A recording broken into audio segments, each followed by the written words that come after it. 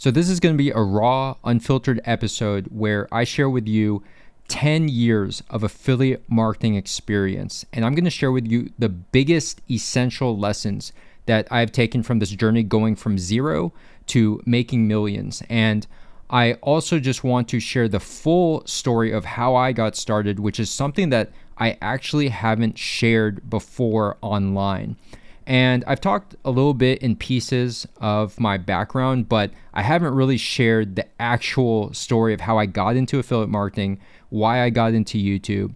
And, looking back on this journey, it's really crazy because I got into affiliate marketing because it was anonymous and faceless.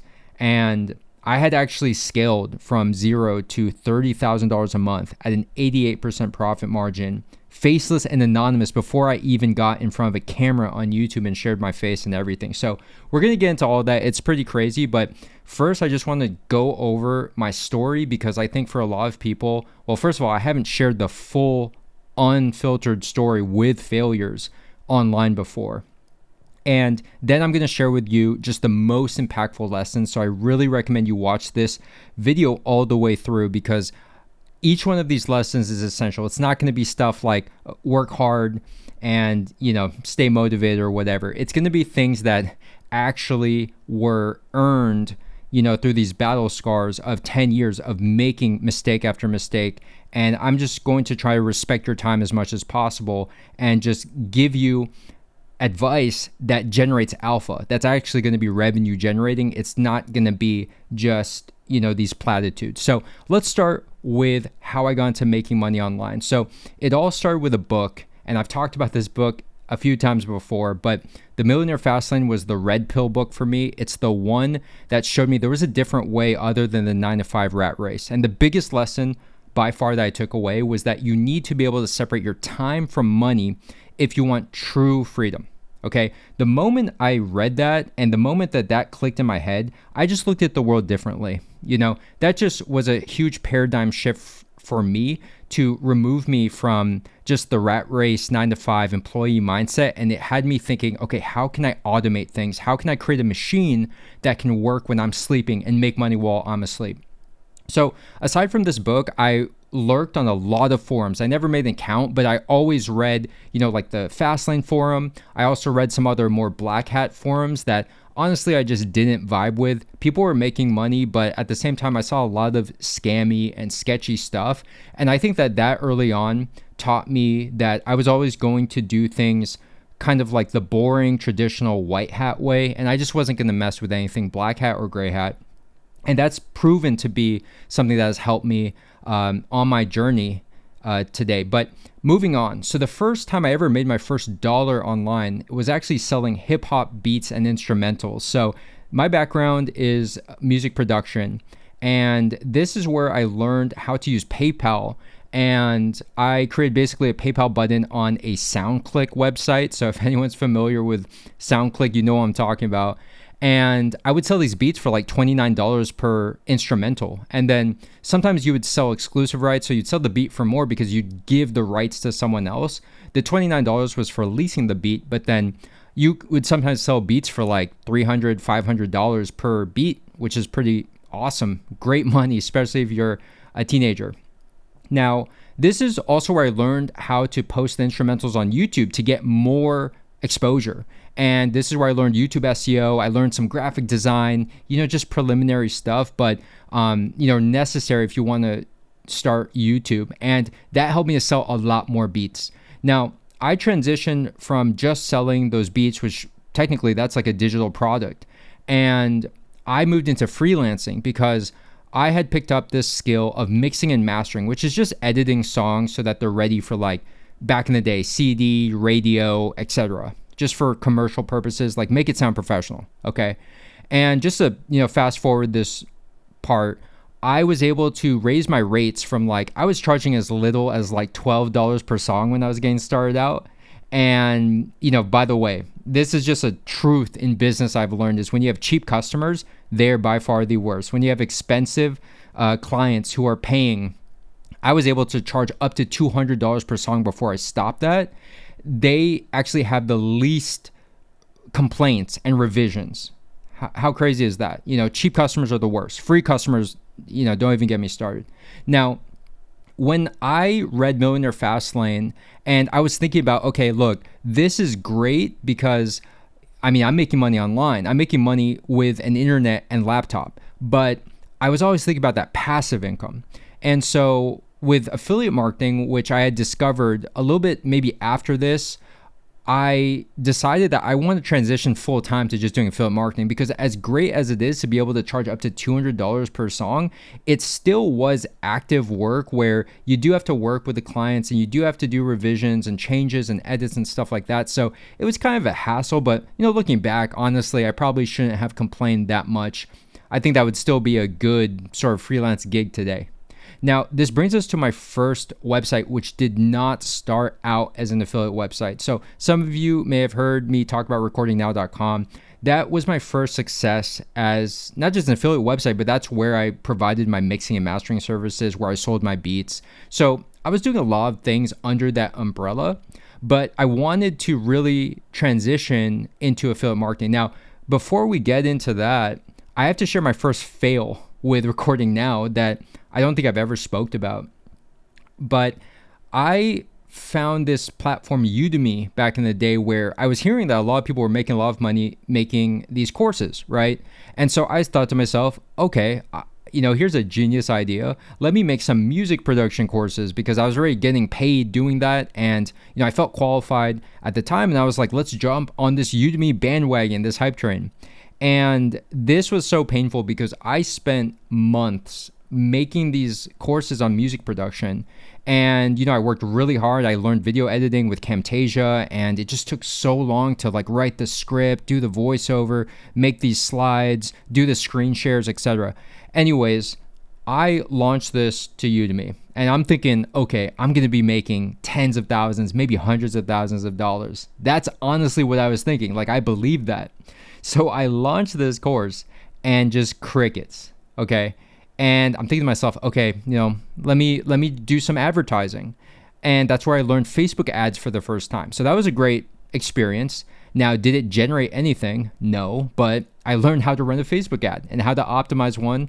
And basically, just, when it's all said and done, I did sell maybe a few dozen courses, and it made a little bit of money, but honestly, for the time and energy I put in, it was a fail. Okay.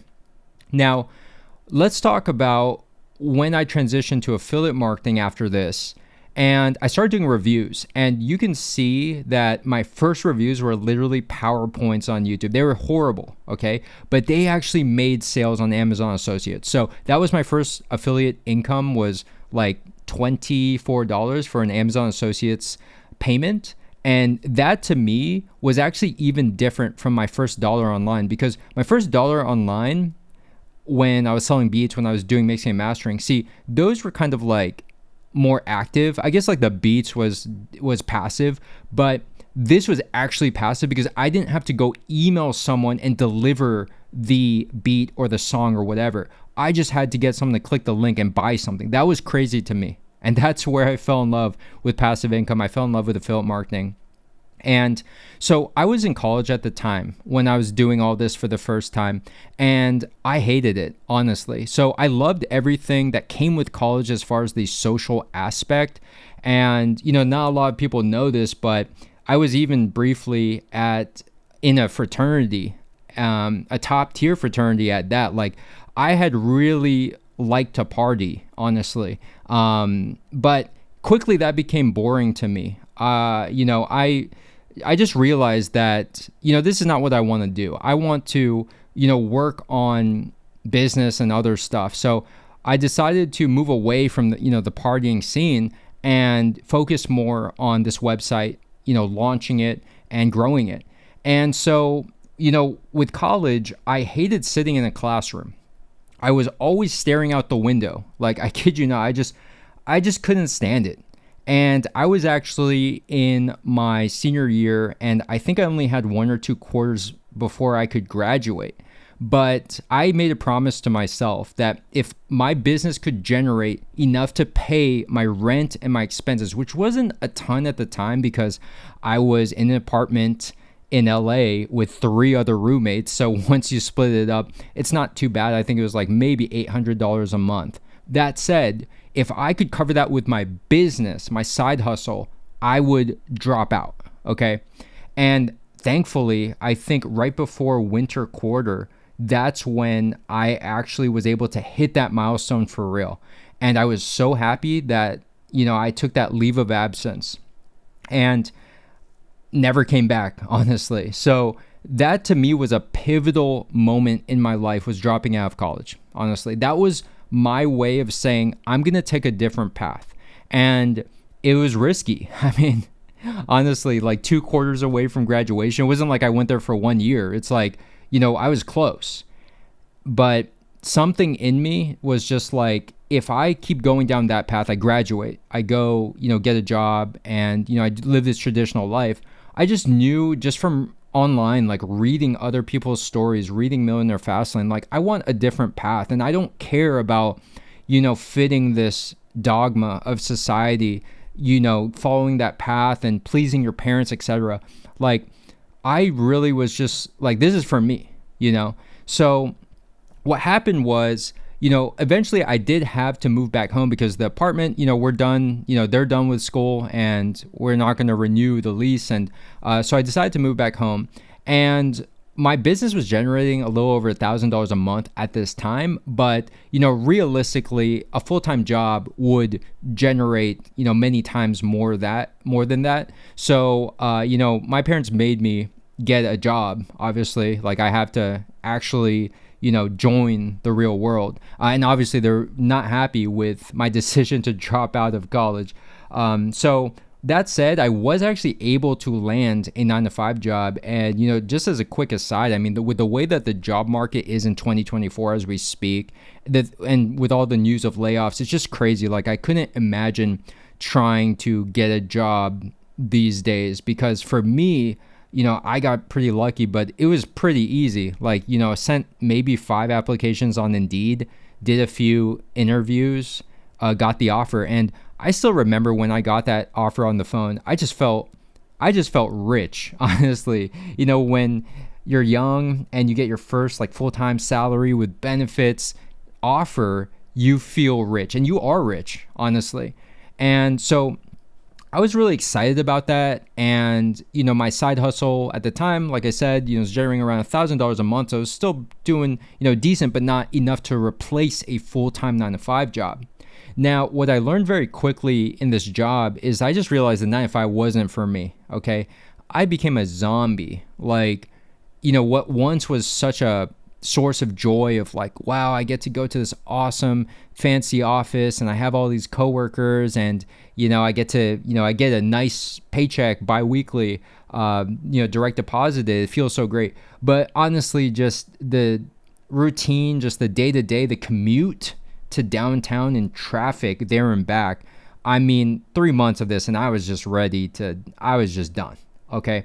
So what I did is I actually started my second affiliate site after recording now, a few months into this. Okay. And what happened was, just to fast forward, I actually got laid off from this job. And the reason why I got laid off, honestly, like I said, I was a zombie. And at that time, it was funny because I remember messaging some of my coworkers saying like, I was thinking of quitting because, I just couldn't do it any longer. And on that same day, they call me in. They sit you down with HR, and that the chopping block is coming in. Honestly, it was bittersweet. It was like, obviously getting laid off, it's a terrible feeling, and it's like you feel like a failure.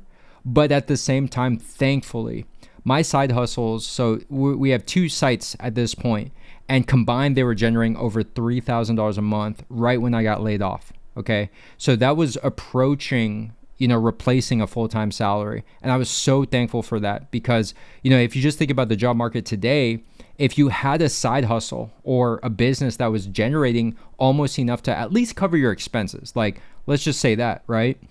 You would have this safety net, this blanket. And I was so thankful for that. And it's even more important to just emphasize that today with the way the job market and the economy is.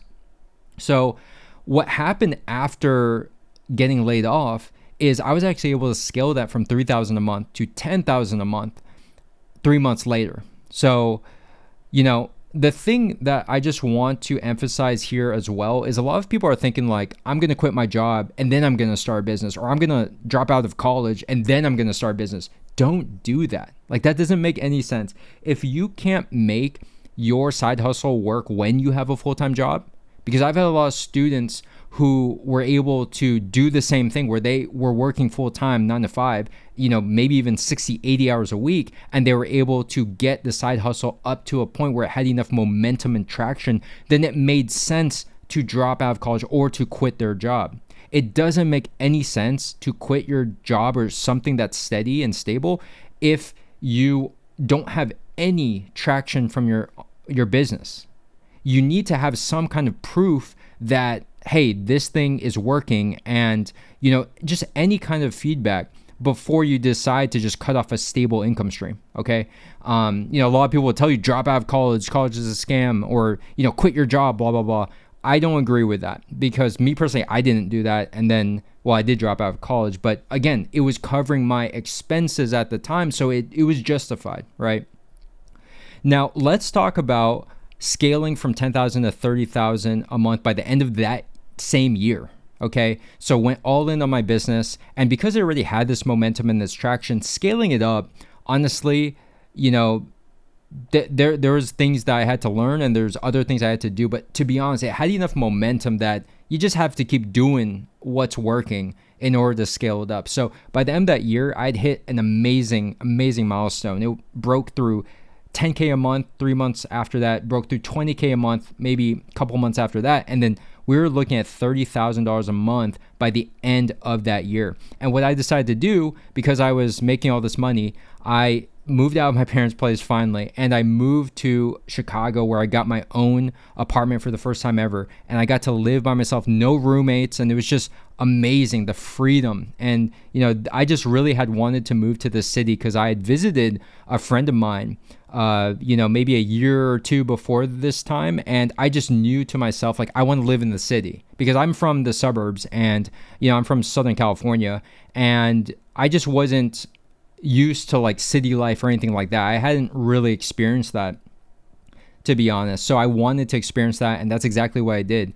So now let's just fast forward to, 8 months later. I had been making $30,000 a month with my affiliate businesses at this time, and I was doing it faceless with 0 employees. So a lot of people talk about faceless affiliate marketing. That's why I got into this. And just to like talk about the numbers, we were looking at 88 to 90% profit on average, because the spend was very little. Okay. The spend was just advertising spend for the most part.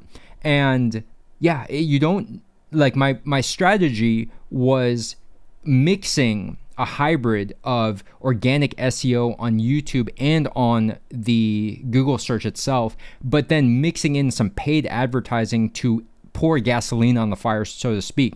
So the only significant spend was the ad spend, but this thing was already working. If you were to put ad spend, it's just going to work even better, basically. Now, a quick note about this, you see a lot of stuff online, people making millions, people making 100K a month. Look, with something like e-commerce, where the profit is actually closer to like 20 to 30%, and it can be as low as 1% or 0.5% if you're talking about like wholesale or arbitrage or these super, super high volume things. There's so much online about gross revenue. But what I learned is that it's not about how much you gross, but it's how much you take home at the end of the day. It's like, you're going to have all these expenses and costs of goods sold. When you're making $30,000 a month and 88% is profit, that's equivalent to if you were making, let's just say, 200K a month or 150K a month with something like e-commerce with a much lower profit margin. So that's the thing about, at least the way I do affiliate marketing, it's not super like cost heavy because it's very efficient. And I was really focused on that. And so what that allowed me to do is I was able to buy my first supercar, a Porsche 911 Turbo. And at the time, it was a little over $100,000. And I remember because I was shopping for other cars, I was considering a Nissan GTR for like 75, 73,000 at the time. And the Porsche was more expensive, but honestly, I just had to do it because I wanted something different. At the time, I think people had like, Nissan GTR, BMW i8 on YouTube, whatever. And, I just wanted to be a little different. I love Porsche.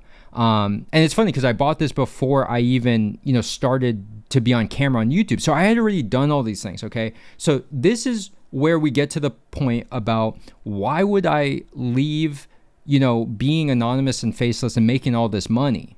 Why would I get in front of a camera, something that I didn't want to do when I started out, and join YouTube and start teaching, okay? And the truth is that first, this life became very boring and it was very lonely, okay? Life became like Groundhog Day. You know that movie where, it's the same day over and over again. It basically became Groundhog Day, but I was just making more money. But then, when you're making a certain amount of money and you're just used to making $1,000 every day, then you get used to this, you just normalize that. And it's not new to you anymore. Maybe the first day ever, I still remember when I had made my first $1,000 in a day. It was Black Friday, and it was from email marketing. I sent an email about some deals, and sure enough, so many sales came in that weekend.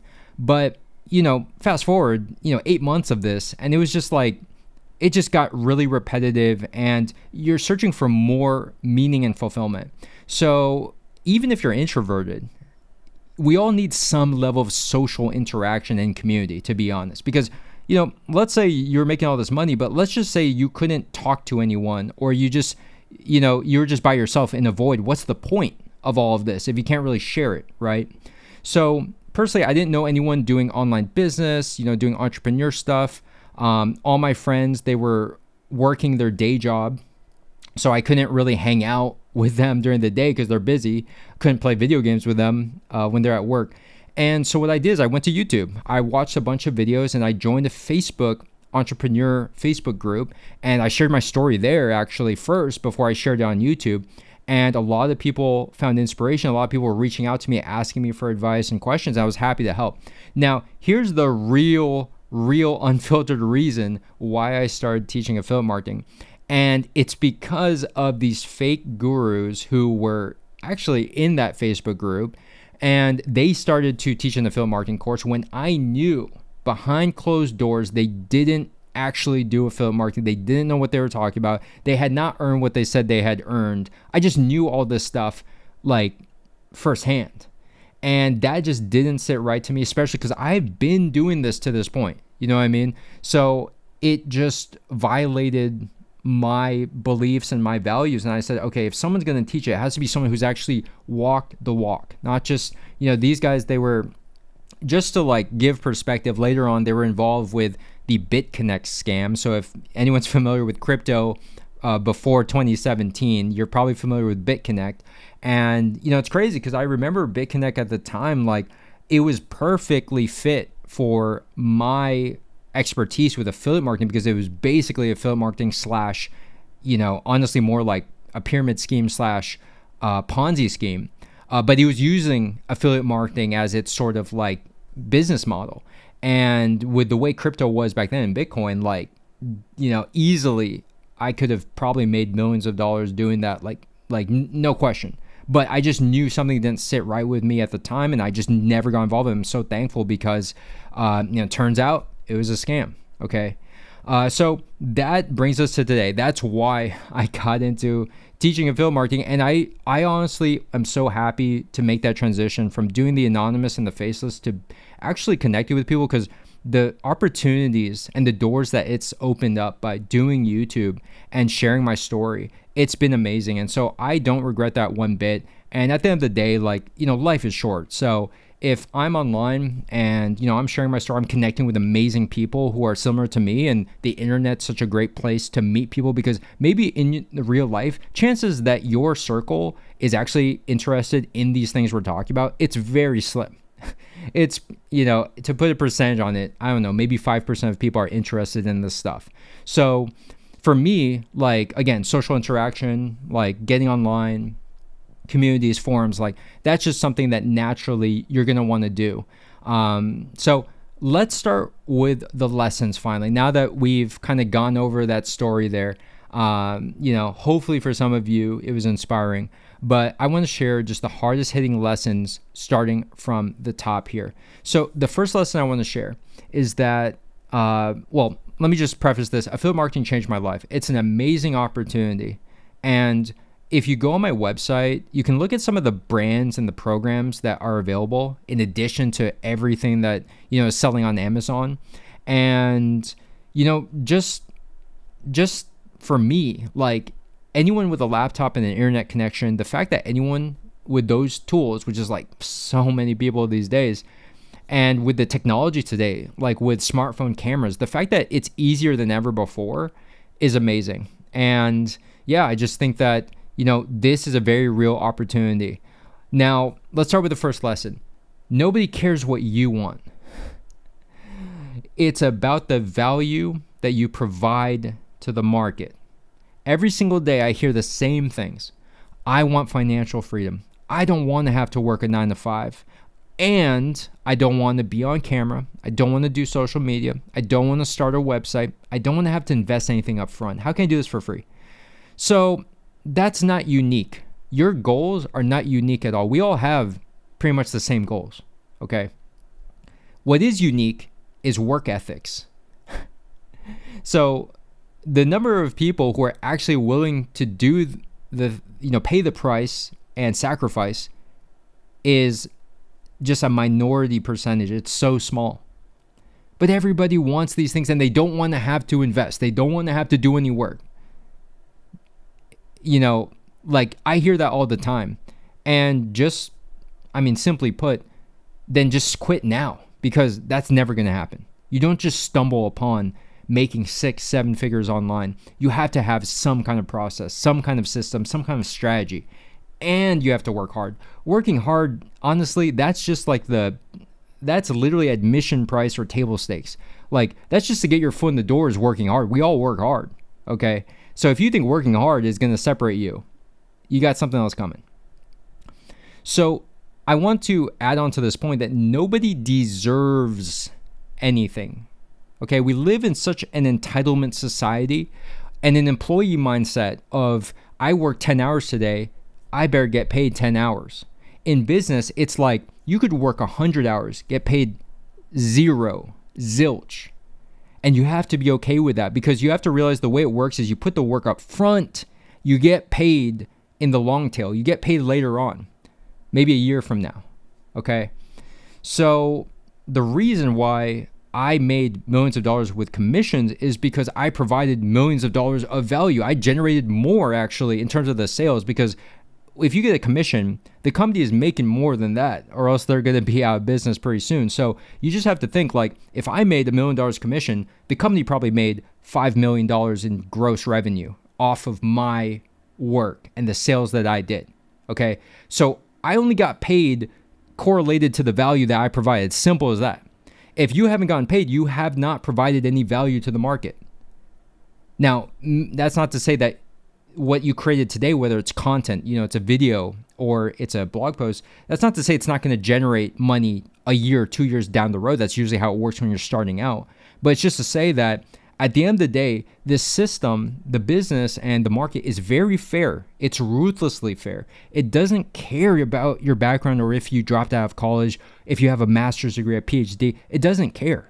At the end of the day, there's no real credentials and things that, all of a sudden it's going to mean that your website just, rockets up to number 1 on the search ranking or on YouTube. Like nobody cares. They just care about what's in it for me. They care about, is your content giving value to them? Okay. And, the last thing I want to say about this is, people always ask me, how long does it take? You're asking me how long is it going to take you when it's not up to me? It's up to you. So how's your work ethic? It will take you as long as you need it to take. Because if it were me and it was like, how long is it going to take? I'm like, okay, I'm going to go as fast as possible. I'm going to do either 1 post per day, or I'm going to do 1 really high quality YouTube video per week. I'm going to do that for a year straight. Like I'm going to get this done. But most people, if I prescribe that kind of like schedule, they're going to crack. Like they're not going to do it. Okay? So don't compare your journey to others though. Like there's different niches, different levels of competition, and different experience. So if you're just starting out, you don't want to be comparing yourself to a totally different person in a totally different niche with a totally different background. Like, it's all going to be an individual journey at the end of the day, and everyone has to find their path. And you want to lean on your strengths. Everyone has different gifts. Everyone has different strengths. And for me, I leaned into my strengths. And that's one thing that helped me to accelerate my journey. Now, the next lesson is that you learn 80% of anything, not just affiliate marketing, by doing, not by reading, not by consuming information. Because first of all, yes, there's more information than ever. There's more noise than ever. And if you're familiar with AI and with data science, you would know that noisy data is actually one of the most difficult challenges for useful AI and useful output. And it's the same with humans. If you're just consuming noisy information that is misinformation, or it's just not pointing you in the right direction, and there's not a lot of signal, there's not a lot of alpha, that's generated from this advice, what's the point of it? What's the point of having so much more information if it's worse information? Okay. Now, you will feel so much better when you're creating instead of consuming. So if you're like me and you spend hours a day on YouTube, and before I was spending hours a day scrolling on Instagram, and let me just say, I get no alpha from Instagram. Okay. The only thing Instagram has been good for is dating. But other than that, I haven't generated meaningful alpha or revenue from Instagram, because it's just a bunch of consumer content that is just, it's not signal. I get more alpha from Twitter because you have the people who are on the cutting edge of AI and working on technologies, like they're on Twitter. There's a lot of intellectual conversation. There's a lot of trolls and a lot of, noise as well. But depending on the social media, there's more noise in some than others. So you need to be able to focus on the signal and unsubscribe to the noise and filter the noise. But beginners have a hard time filtering because you just don't know right from wrong, essentially, earlier in your journey. Now, the other thing I want to say, if you're still on the sidelines, nobody cares about your website launch. Just launch it unfinished. It doesn't matter. Nobody is waiting in line. There's no wait list that's waiting on when you're going to hit live and your website goes from coming soon to live. Nobody cares. It's hard to get traffic even being out there and trying to get exposure. What, you think people are in line to see your dinky website that nobody cares about?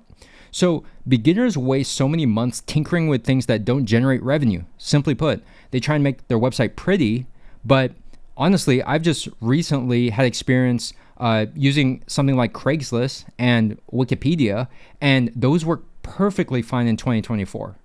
And they look ugly as sin, and they're, they haven't changed from like the 90s, but they work perfectly fine to this day. So, yeah. Now, strategy is still important, okay? That's why I say that 80% of anything is done by doing.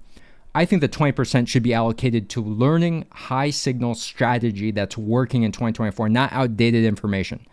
But you never want to learn more than you're taking action. And that's the problem, is it's so easy to consume information that when you're consuming information, you're not creating things. Never let that get in the way of doing stuff first. You need to be doing first, learning second. Okay. And you learn through a problem by problem basis. Instead of trying to solve A through Z before even taking the first step, which a lot of people do, they try and look at the whole mountain and plan every step. Just take the first step. When you run into an obstacle, you run into the first thing that needs a solution, Google it. Ask Perplexity AI. Do something, or ask a mentor, or ask, a community. But, what I'm seeing over and over is people asking all these questions that are like, literally step 100 down the line. They haven't even done step 1. Don't do that. Don't make that mistake.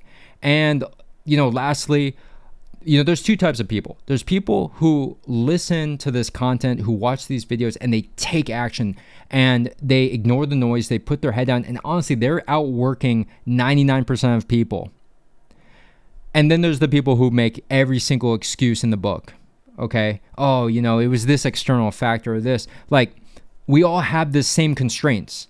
if you have a business, a startup, the meaning of being bootstrapped and having this small business and the startup is that you are resource constrained. Like, that's inherent. Okay, so people are saying, I don't have enough time, I don't have enough money, I don't have enough energy, I don't have this or that. We all have the same constraints. We all have the same 24 hours in the day. So what are you gonna do?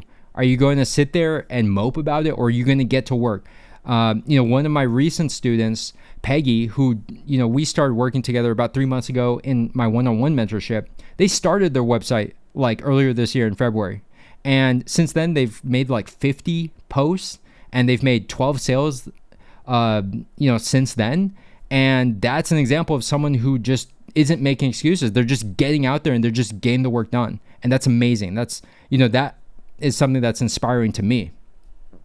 So the next big lesson to take away, and this is actually kind of a new one that, this one is probably one of the most important, which is get feedback on your business ASAP.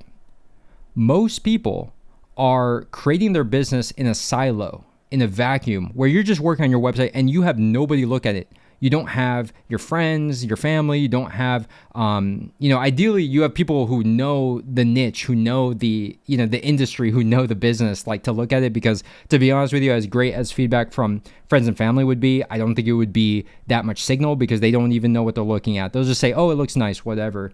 But the truth is, most people, the way they're doing it is they're consuming all this information and then they go start whatever it is, their website, a YouTube channel, TikTok, anything really.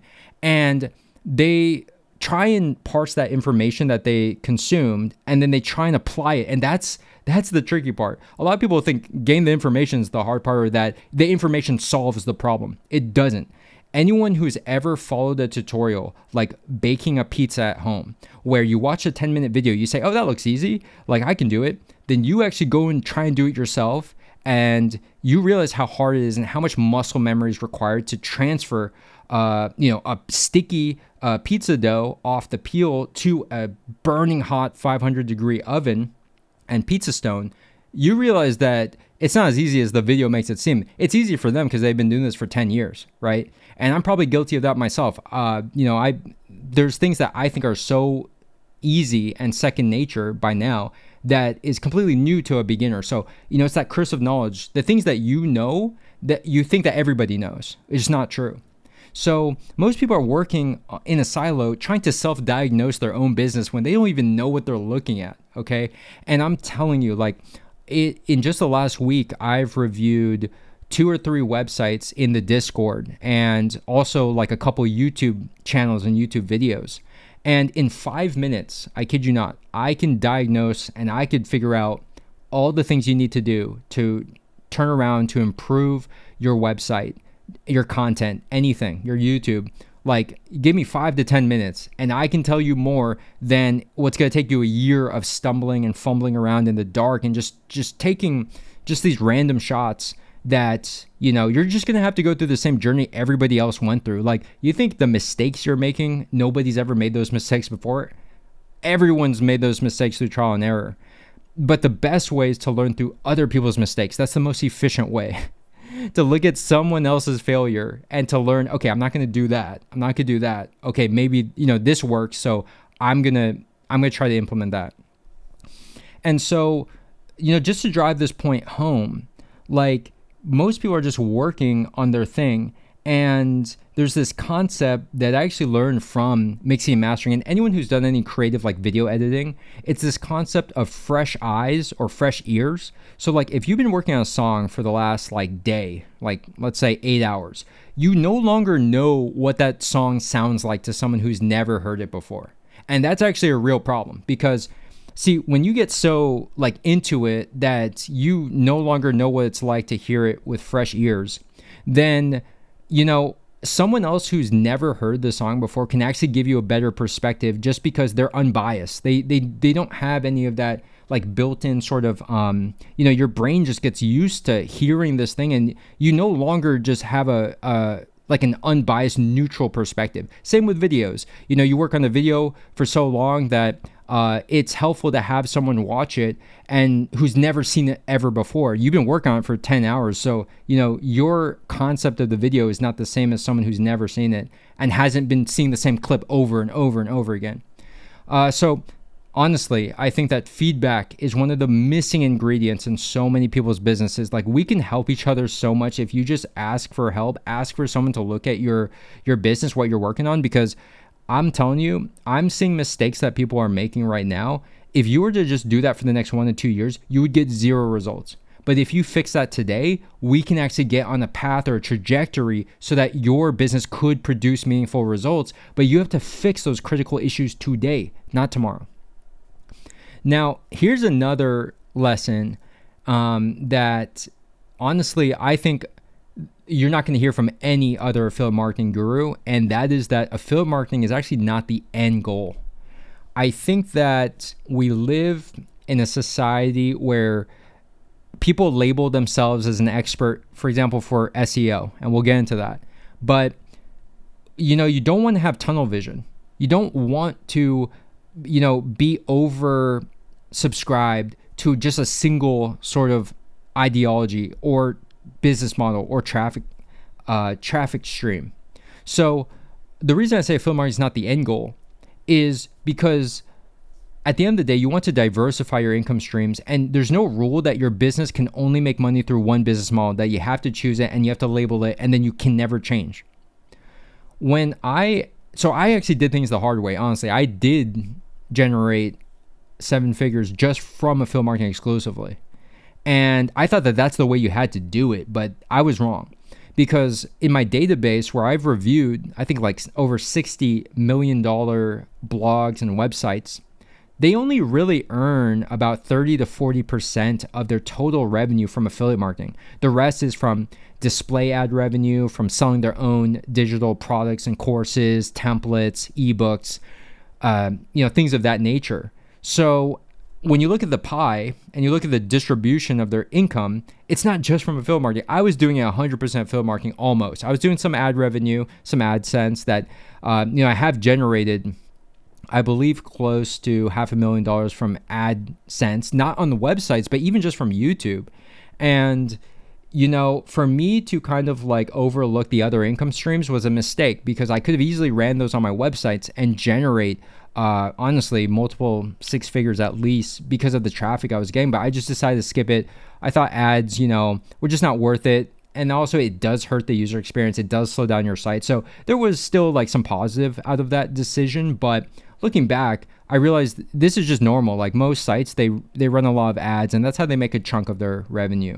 Okay. So affiliate marketing is not the end goal. The reason why I want to like double down on this is because I think the end goal, at least for me, is ownership.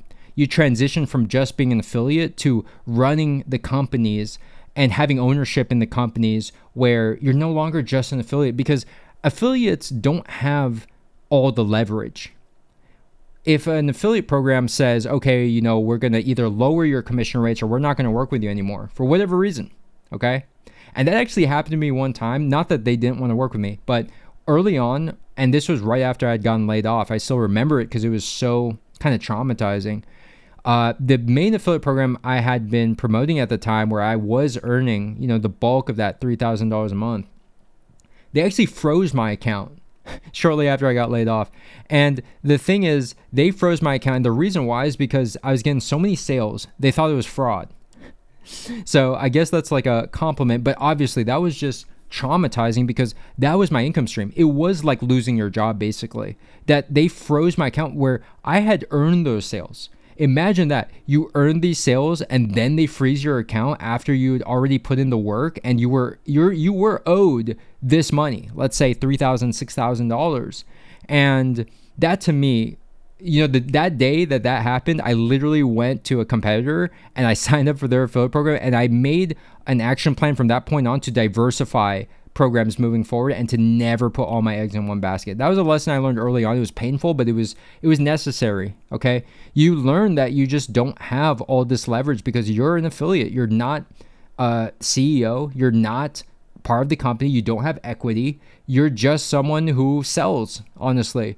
And yes, you get paid and you have little obligation, but if they take that away from you, they pull the rug from under you, what are you going to do? That's why I've always been about, you need to diversify and have a durable business. Okay, so let's talk about SEO. And I'm going to share the truth about SEO. And, right now it's ironic because I've been doing this case study for the last 3 months, small site, like 52 index pages, and we are crushing it on SEO. We've gone from like 100 a month on Ahrefs to 5,600 a month in less than 3 months. And this is after the March 2024 core update. This is end of May 2024. So, amidst all this, algorithm changes and all this talk about SEO being dead, we're crushing it right now. And I'm seeing some results in my students as well who are doing just fine. So the reason why I never branded myself as an SEO expert, despite knowing SEO, knowing how to do it quite well, I may add, with affiliate marketing. Again, the biases, if you're an SEO expert, you only see life through the lens of SEO and you get too tunnel vision, okay? And they'll never admit this, people who are SEO experts and SEO influencers, but a lot of over-optimized SEO content is terrible. The average consumer, they may not know what SEO is, but they hate those blog posts where it's like 4,000 words for a cooking recipe just to get to the recipe, and you have all these ads and it's a terrible user experience. They're never going to admit that, again, because of their biases, they think that that's good. It's not good for a consumer. For me, I'm able to play both sides of the field where, yes, I'm obviously a publisher myself. I want to get results. I want to make money, but I'm also a user. I just don't like that user experience. And I think over-optimized SEO content is arguably worse than ChatGPT. There's bad stuff out there, honestly. And I've been seeing this thought online that SEO is a net negative for the internet. And I got to say, I kind of agree. Despite me doing SEO, again, I'm not attached to any one traffic channel, any one business model. So that said, if all you do is SEO, you're going to push SEO, you're going to sell SEO. If all you do is you're a real estate agent and people are asking you for real estate advice, you're going to sell a house to them. You're going to push houses and say it's a great investment, right? So, there's a conflict of interest here. But the truth about SEO, honestly, first of all, you need to diversify your traffic channels. I've been doing YouTube combined with Google search SEO and with some paid traffic on top as my hybrid approach to evergreen traffic. I've been doing this for 10 years now, literally since the 2014. You saw, my first YouTube videos was affiliate marketing. They were terrible, but, at least I got started there. So I'm never oversubscribed to just one traffic channel. It's all about this diversifying. And now that you know sort of my story and some of these incidents, you know why I'm paranoid about diversifying, because you don't have leverage, right? So gaining leverage back is through having multiple income streams, multiple assets, like an email list, for example, which you own, and you can directly contact every single one of your customers. And so, that brings me to the next point of diversifying affiliate programs. So I shared with you the story of getting frozen, my account frozen, but then, once they figured out it was all legit, then they continued and we actually built a beautiful partnership and relationship after that. But, you need to be diversifying your traffic channels and your affiliate programs. Once you have something going, it's okay in the beginning to have one program that's bringing in the bacon, it's bringing in the majority of sales. Just don't get complacent. And a lot of these blogs, these websites, these YouTube channels, these SEO experts, they get complacent. They're getting some good results from gaming the algorithm, and they never work on improving. They just get satisfied with where they're at. And I get it too. I've done the same thing. I've gotten complacent because when something is working so well, you just never think it's going to end. Okay. But I've seen things end. I saw things end with the penguin, the panda updates back when I was looking at those forums, and I saw businesses evaporate overnight. So I never forgot that lesson. Okay. And that's why I just don't mess with Black Hat at all. Now let's talk about the future of affiliate marketing. One word, well, two words combined, but YouTube. YouTube is the future of affiliate marketing. So there's all this talk about SEO up and down, and like I shared, crushing it on SEO right now. But that said, if we're looking ahead, it's impossible to easily replicate quality YouTube videos. It's easy to replicate quality blog posts and text content. Although I will say, most blog posts, text content is trash. And even my own, like, I've been working on, I always try and do things like case studies live, like to see what's working in 2024, what's working right now. And, things that are working right now is quality, but, even my own stuff is not 100% quality. I'd put it at like 85% if I'm being completely honest. So I would say most content's trash. Honestly, it's less than the 50% sort of rating I would give it. But there's very, very few that's like 100%, which is like next level. It's like running tests using like expensive equipment and sharing those graphs, etc. So I'm not at that level with my case study, but it's still crushing it because it's better than the average, much better than the average, I'll add. Okay. It's original photos, everything. Okay. Now, YouTube, just to drive the point home, everyone's worried about SEO, about niche sites, etc. YouTube is your moat because for every YouTube channel, I think there's like close to 16 blogs, okay, and websites. So just do the math, right? If you want to talk about 80-20, YouTube is where you should invest. I would say 70-80% of your energy, 20% should go to your website and the rest of the business. Now, the other lesson, which I actually learned only from getting data of these $1 million blogs, is that the riches are in the micro niches. And that's not obvious to most people. And it wasn't even obvious to me because back in the day when I didn't have data on all the different niches, I just knew like through experience and through seeing things. Like I knew intuitively what was profitable niches. I just didn't know like a number to it, right? Until I started to get data on this and create a database. So some of the weirdest micro niches that have made between 6 to 7 figures are female solo travel in Mexico, fashion for men under 5'9", radar detectors. Like these are micro niches. Like this isn't just, a lot of people are like, I want to start a travel blog. It's like, okay, cool. Like that is the most broad, the most uninspired, and just the most competitive way you can go at it. How many blogs are competing for female solo travel in Mexico? I know it's more than one, but at the same time, it's not millions and it's not thousands.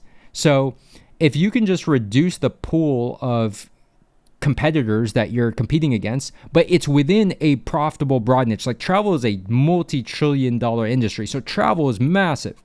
You just need to find your slice. And that slice can be as small as, like I mentioned there. And I do have a 3-layer approach, which, take too long to go over right now. But basically, you want to niche down. But the other thing that's not obvious about this is you might not know, you probably will not know your micro niche on day one. It happened with me with the recording now. See, I started with the thesis that I'm going to do home recording equipment because that's what I knew, that's what I had on hand at the time. And it was only through the data that I realized that headphones were a much bigger market within this, greater consumer electronics market, which is, that's obviously maybe in the trillions or maybe it's at least in the hundreds of billions, right? Consumer electronics. But, home recording, that was one hypothesis that I started with. Then I pivoted because that's what you do. When you get new information, new data, you need to act on your data. And it worked beautifully because I went from struggling to break $500 a month with Recording Now to making $3,000 a month when I doubled down, tripled down. No, I quit the home recording stuff entirely. I just went to not just headphones, but consumer headphones, super popular.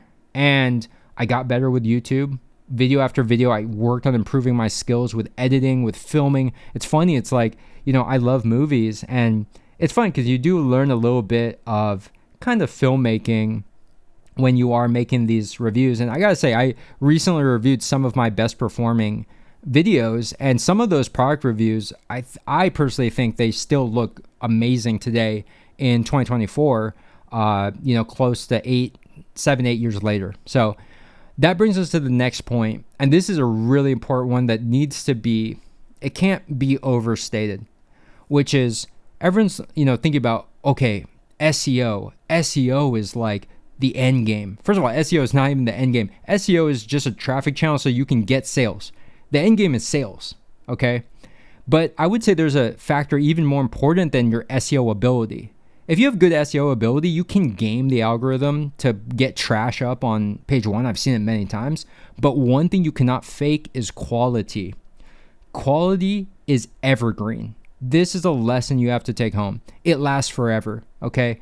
Quality and consistency is a moat. SEO tactics and tips and tricks, that's not a moat.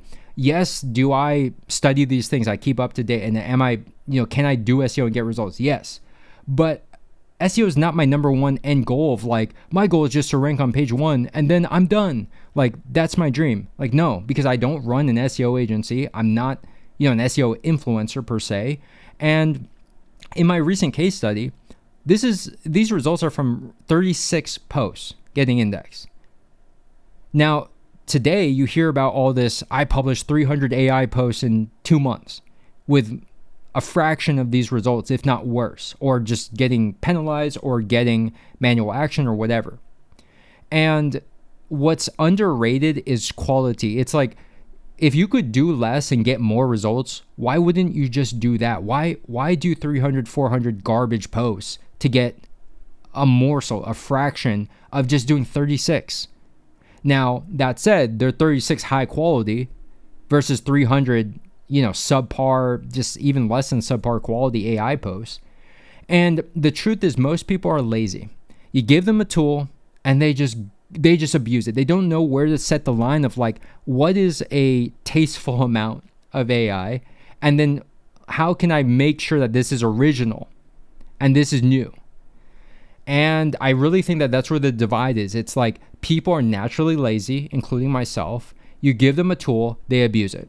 And that's what AI content exploded. And it's still going today. The same people who've gotten manual action penalties, who've gotten their sites, either just de-indexed entirely, are still pushing this AI content stuff. And it just doesn't really align with me and my approach and my strategy.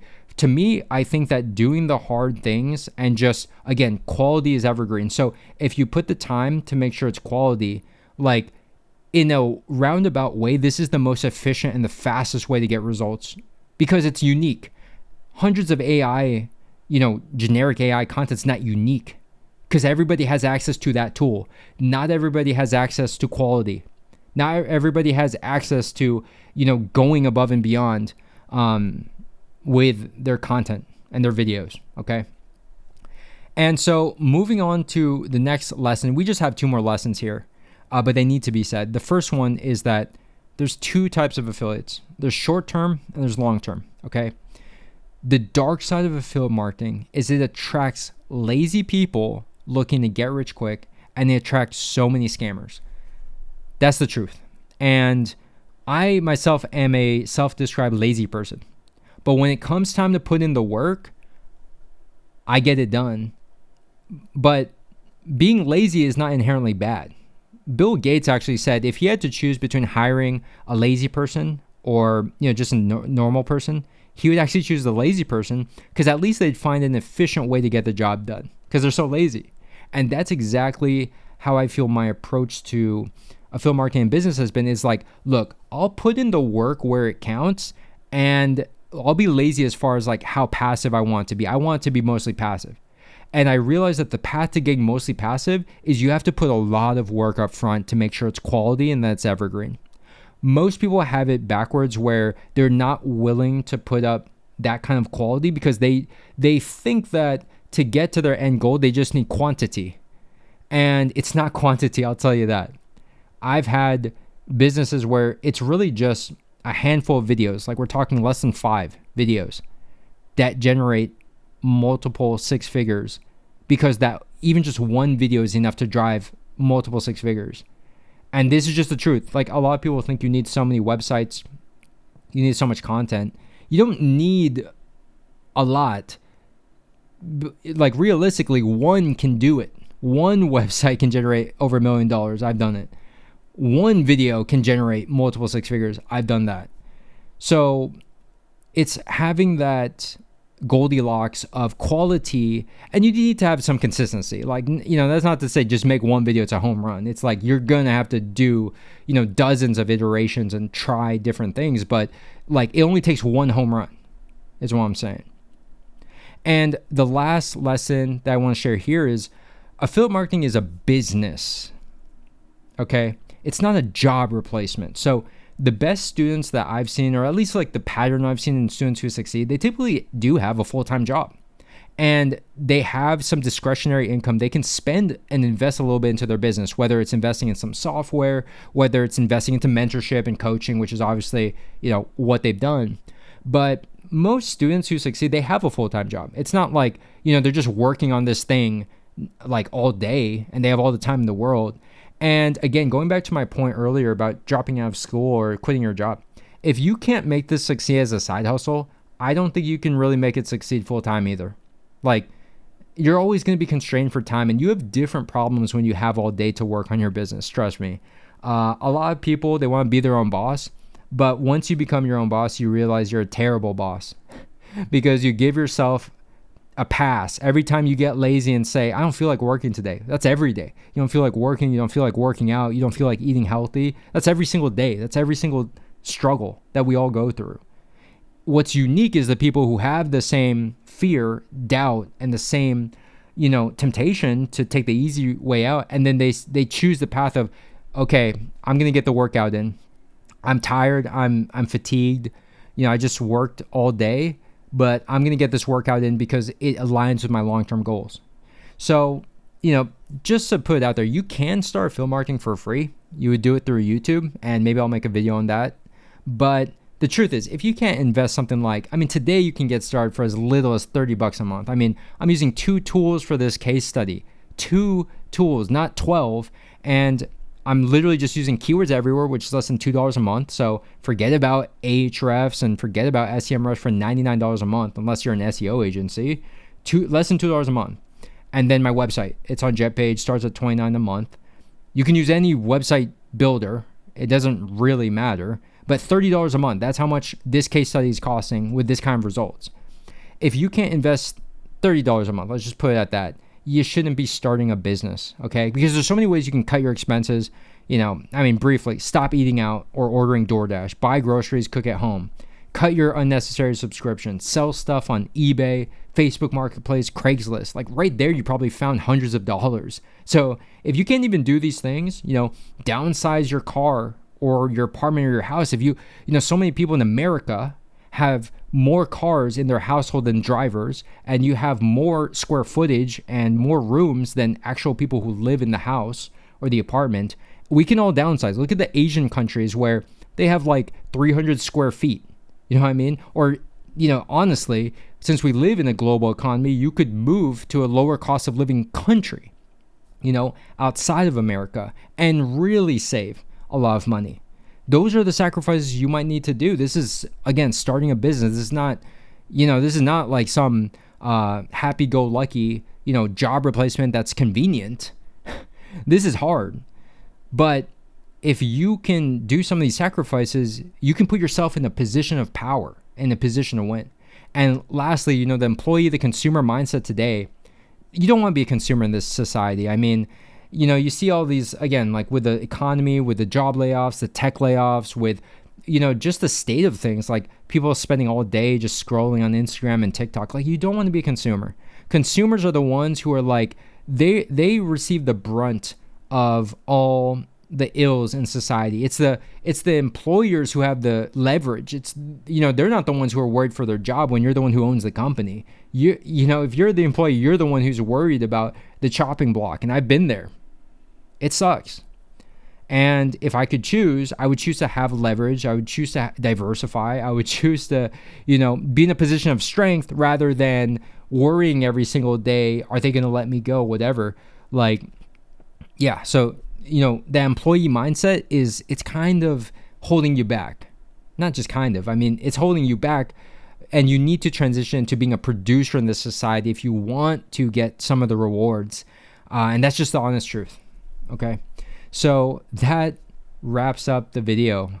It was a lot, and I was hoping to share some wisdom through all of this. And again, I want to share stuff that I didn't think was obvious and things that give perspective. Look, we live in a crazy time where the internet is the great equalizer. And with AI developing and coming, I mean, that's even more of an equalizer, arguably, than the internet itself. And so in a time like this where there's so much volatility, you need to stay informed. You need to keep working on your skills. Like, skills is evergreen. Quality is evergreen. SEO hacks and tips and tricks is not evergreen, okay? And yeah, at the end of the day, it's up to you if you want to take action, which very few people do, to be honest with you. It's easy to stay in the comfort zone of just learning. Learning is easy. I mean, because you're not striking out. You're not taking any chances. You're not putting yourself up to get humiliated. That's easy. You can learn all day. You can consume all day. You don't get paid to be a consumer. You get paid when you make things in this society. And, that's the big takeaway I want a lot of you to get from this. But yeah, that basically wraps up this video. I really ask you, if you are interested in this, join our private Discord. We hit over 200 members, and I'm reviewing websites, YouTube channels, YouTube videos every single week. It's been amazing just to learn from, the other members who see what they're working on, and there's always so much improvements you could make. But the sooner you could make mistakes, the faster your business is going to grow and the faster you're going to learn. If you keep doing the same mistakes for the next 1 to 2 years, you're spitting your tires. You're literally wasting your time, honestly. And I did an episode where I was like reacting to affiliate marketing Reddit. And this is what I'm talking about with noise. There's so much noise that if all you do is consume noise, it's going to have a terrible output. Okay. And it's not about having 100,000 people give you noise. It's about having even one person or 10 people or 100 people or 200 people, like in the Discord. It's about having like a dozen people who understand this industry, who know what they're talking about, who have experience. It's better to get that kind of signal than have 100,000 people who are just guessing. Like, these people, it's the blind leading the blind. That is the honest truth. And it's hard. Like, I empathize for, if you're just getting started today, if you're a beginner, because there's so much noise. It's so hard to filter. But anyways, hope this video was helpful. If you do want to learn from me, I have an affiliate starter kit that's aiming to get people off of the couch and finally launch their business in hopefully just days, not months, not, years. Some people have been, following for years and have never launched anything. That's a failure in my book, on both sides, on my part and on, the subscriber or the viewer or the follower, because if I haven't inspired you to take any action, I haven't really done my job, to be honest with you. But the sooner you get started and have something launched, and you're getting data, you're getting real world data from Google Search Console, you're getting feedback from whether it's an expert like myself or from your fellow, entrepreneurs, the sooner you get feedback, the sooner you will grow. I promise you that. That's the missing ingredient in everyone's business, that, everyone's just doing it in a vacuum and they don't even know what they're looking at. That's the honest truth. So yeah, there's the affiliate starter kit, which has tons of data. We have databases with the most profitable niches ranked by earnings, just to give you some, data to make a decision. Okay, what niche should I go into? And then I have my one-on-one mentorship, which I just released the Passive Income Lifestyle 2.0 version. It's just a much better approach. It's hands-on. It's done with you to choose your niche, to help you do your first keyword research, to get your website launched, your domain name and brand picked out, and to, launch, and then also get continuous feedback, once every quarter, to look at your website, see what you're doing right, see what could be improved. And this by far has been the X factor for my students who've joined in even just the last year, or, in 2024, who went from no website to affiliate sales in 3 months. So that's all I have for you today. I hope that this was insightful. I know it was a longer one, but it's one I had to just get off my chest because I had a lot of thoughts, and I wrote them down on the notes here. But I think this is, these are lessons that all of you need to hear ASAP. If you're serious about this, learn these lessons ASAP, take these to heart and take action. Like, that's really the name of the game. So hope you guys enjoyed this. If you did, make sure to leave a thumbs up, comment below, and subscribe. Hit the notification bell for more content like this. Let me know what you want to see from me. But until then, I wish you guys the best of luck. This can be such a game changer, and it's an amazing, beautiful opportunity, but you have to treat it right. You have to treat it like a business, okay? And if you do, who knows? You could really change your life. I know it's changed mine, so just want to share that. Good luck.